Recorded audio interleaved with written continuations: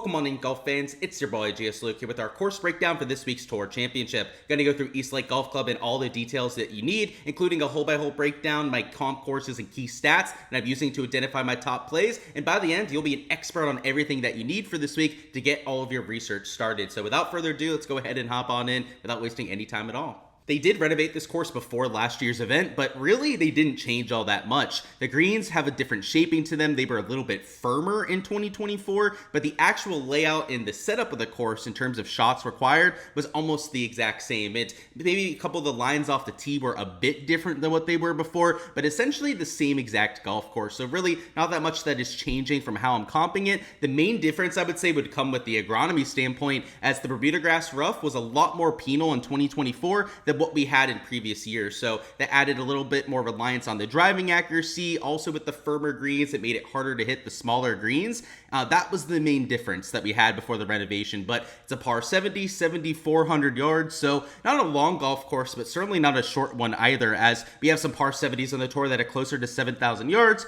Agronomy, a bit different than what it was before, but we've got Bermuda grass greens. So we'll be looking at that when we look at some of our key stats later. Zoysia grass approaches and fairways, which is very similar to what we had at TPC Southwind and the FedEx St. Jude. In that rough is that 419 Bermuda grass, which is a lot stickier and it plays a lot longer than that 3.5 inches. So that has been the talking point so far this week. A lot of players mentioning that it is just as penal as what it was in 2024. The greens are relatively large, about 6,000 square foot, but they did play a little bit smaller last year because of the renovation firming up those greens. You also have a decent amount of rough, decent amount of bunkers around this golf course. In water and play on 8 of the 18 holes, which is up from 2023. There were 2 holes with water added after that renovation. And when we take a look at the averages over the last 3 years, they're going to kind of be clouded because of the before renovation stuff, but it's a harder than average golf course. The fairway average, the green average, typically either at or slightly harder than the PGA Tour average, but last year there was a ton of scoring around East Lake. In fact, easier than a -2 scoring average, which was a bit unexpected, which is why they're considering moving the venue heading forward. They, did the renovation to try and make it harder, then it played like -2.6, so a chance that it's not going to be at this golf course for the next few years. But if we take a look at last year's leaderboard, you'll see that -31. Scotty did start at -10, so he really only shot -20 over those 4 rounds, but oftentimes the best raw score at East Lake was closer to something like -10 to -12. So last year was definitely an aberration compared to most, and this year we've got to expect a lot of the same. It's pretty much the same exact setup as what we had in 2024. In fact, could be even a little bit softer this year from the green perspective than, the brand new greens after them getting resurfaced, which has me thinking that the scoring average is going to stay probably about the same as what you had last year, if not even slightly easier. So what we're going to do here is I'm going to take out 2023, I'm going to take out 2022, and we're only going to look at last year's stats and then understand that it might even be easier than what we're seeing right here. So fairway average was about the tour average.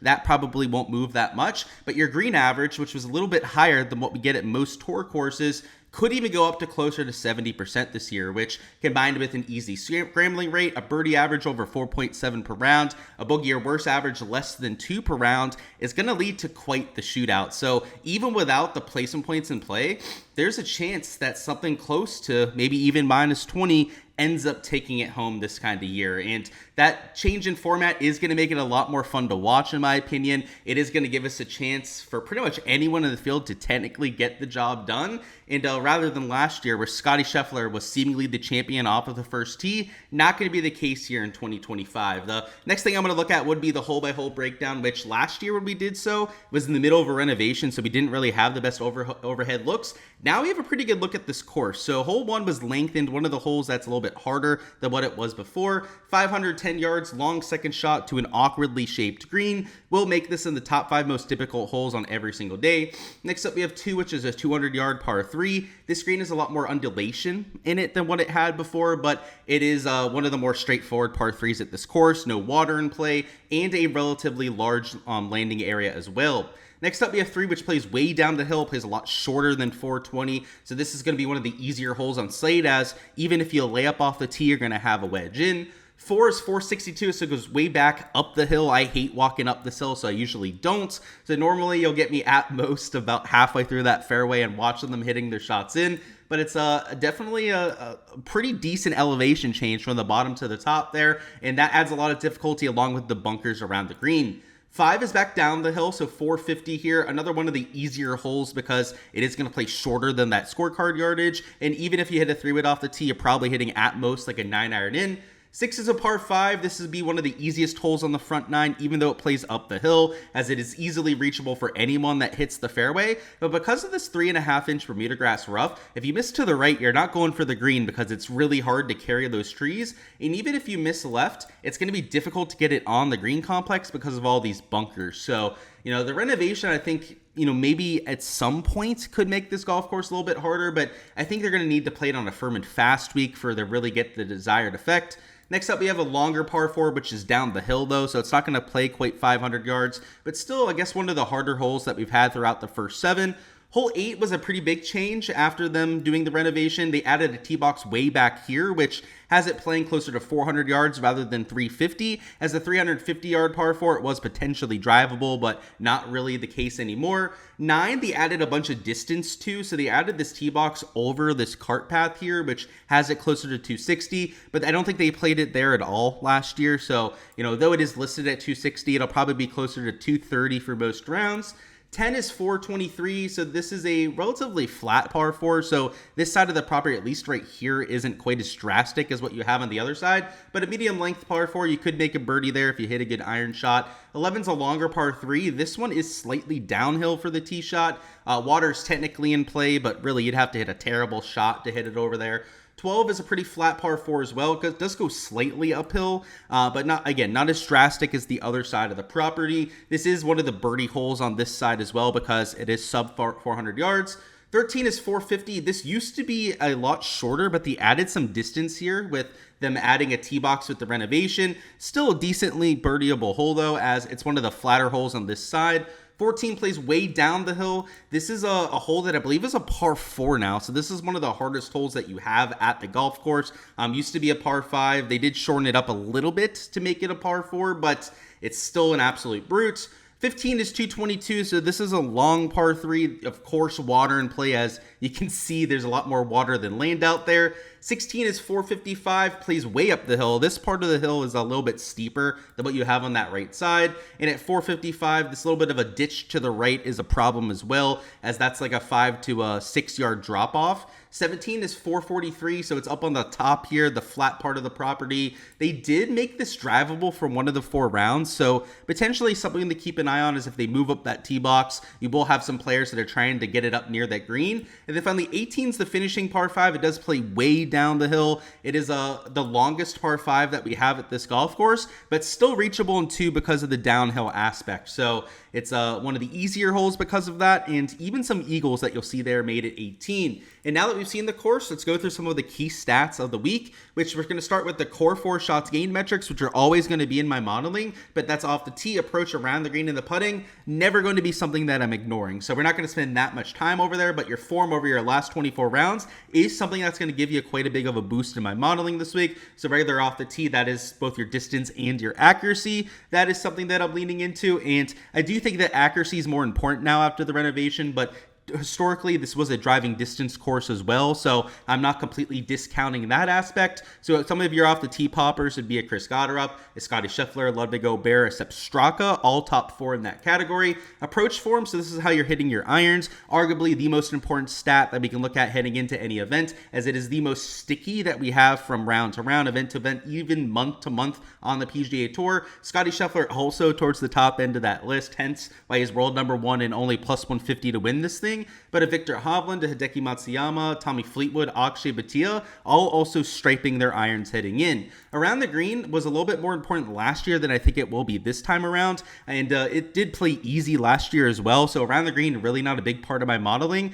With it being a little bit bouncier last year, I thought it could be something to look at, but with a -2 to -3 scoring average, probably not the biggest factor this week. Also looking at putting, so putting is a little bit more important than the around the green stats. Though short game can be a little bit volatile from event to event, putting is something that you can't ignore. Guys get hot with the putter. You'll see them sustain it for 5 to maybe even 10 events at a time. So guys like a Harry Hall, Rory McIlroy, Cam Young, Scotty Scheffler, and Robert McIntyre, all going to get a boost in those categories as well. And, these core 4 categories aren't things that you can ignore, but they aren't necessarily the most interesting thing for these courses because we're using those regardless of where we're playing.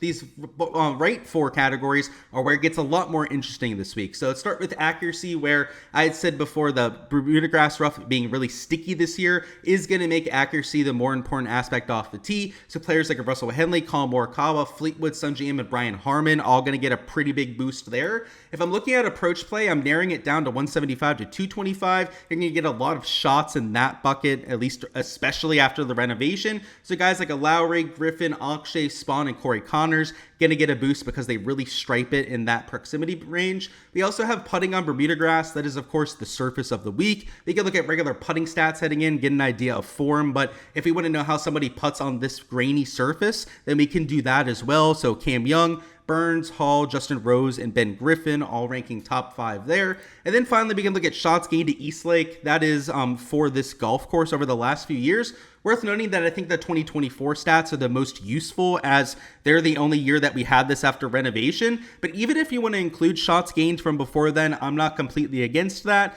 as the shots acquired and the general setup of the golf course is pretty close to what it was beforehand. So players like a Hovland, a JT, a Henley, a Straka, and a McIlroy are all going to get a boost there. And when we put it all together, our number 1 player would be world number 1 Scotty Scheffler. If you make a model and he's not number 1, you're probably doing something wrong. But Tommy Fleetwood's number 2, number 3 Russell Henley, number 4 Victor Hovland, and number 5 there with the Cam Young. And you've got a pretty good mix of players. We got your more positional guys with a Henley, a Tommy Fleetwood, some of your bombers, more volatile players, and a Cam Young, a Victor Hovland. And then, of course, the guy that we all expected to be number 1 up there as well. So I like that kind of a mix, especially at a golf course where you don't have to have one specific kind of skill set to find success. We've had shorter hitters that have gotten it done around the Tour Championship. We've had a lot of bombers as well.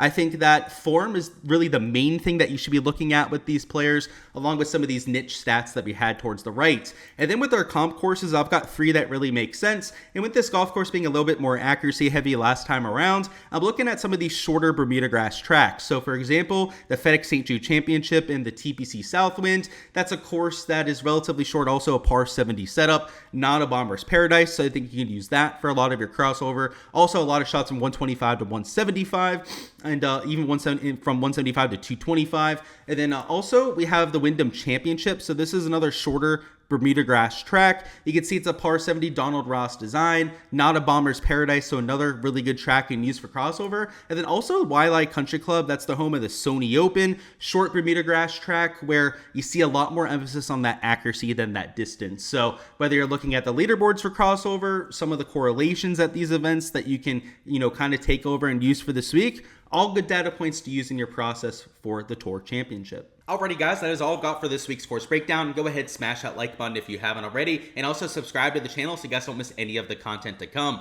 That'll include our DFS and betting breakdown, which will be dropping a little bit later on this evening, as well as our live streams throughout the week, both for main slate tomorrow evening, as well as rounds 2 through 4, covering props and betting and DFS. They've got you covered for the entire week of action ahead, so subscribe so you guys don't miss any of that when it drops. Best of luck with everything that you guys are entering, and I'll see you guys for that content a little bit later on this evening.